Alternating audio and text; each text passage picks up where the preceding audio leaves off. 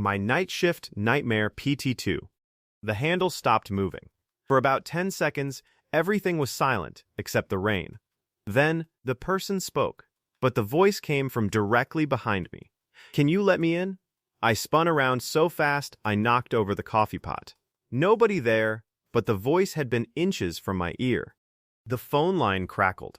"Do not turn around again," Dale shouted. Too late. The lights inside the store shut off instantly. Every single one. The only light left came from the soda cooler in the back. I could hear breathing. Not outside. Inside the store, wet breathing. Like someone with water in their lungs, I grabbed the flashlight under the counter and pointed it toward aisle 3. Nothing, but the breathing moved. Closer. I backed toward the register while Dale yelled through the phone for me to keep my eyes down. Then one of the chip bags rustled. Something was standing in the aisle. I couldn't fully see it. Just a shape darker than the dark around it. And it was tall. Its head nearly touched the top shelf. Then the voice spoke again. "You looked at me." Not angry, not loud, almost disappointed. The security monitors above the register suddenly turned back on by themselves. All 3 screens showed the same thing. Me standing alone behind the counter. No customer, no figure, nothing in the aisles. But on the outside camera, something stood directly behind the building.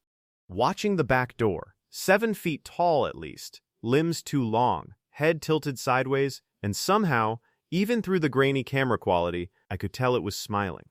The breathing inside the store stopped, complete silence.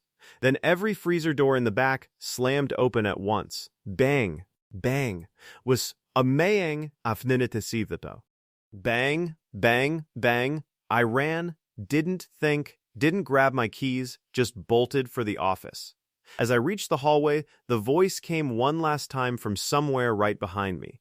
"If you hide, I'll wait." I locked myself in the office and shoved a filing cabinet against the door. Dale stayed on the phone the whole time. He told me not to answer anything, not to react to voices, not even if I heard someone I knew. At 2:11 a.m., I heard my mother crying outside the office door, begging me to open it. My mom lived 3 hours away. Then came scratching. Slow, patient scratching against the metal door. That lasted until sunrise. At exactly 6:03 a.m., it stopped. Dale arrived 20 minutes later with 2 other men from town. None of them looked surprised. They walked around the building, silently checking the dirt outside. One of the men finally muttered, "It came closer this time." I quit immediately. A week later, I went back during the day because I'd forgotten my backpack. I asked the cashier, a new guy, what happened to the outside camera footage. He looked confused. "What footage?" "The thing behind the building."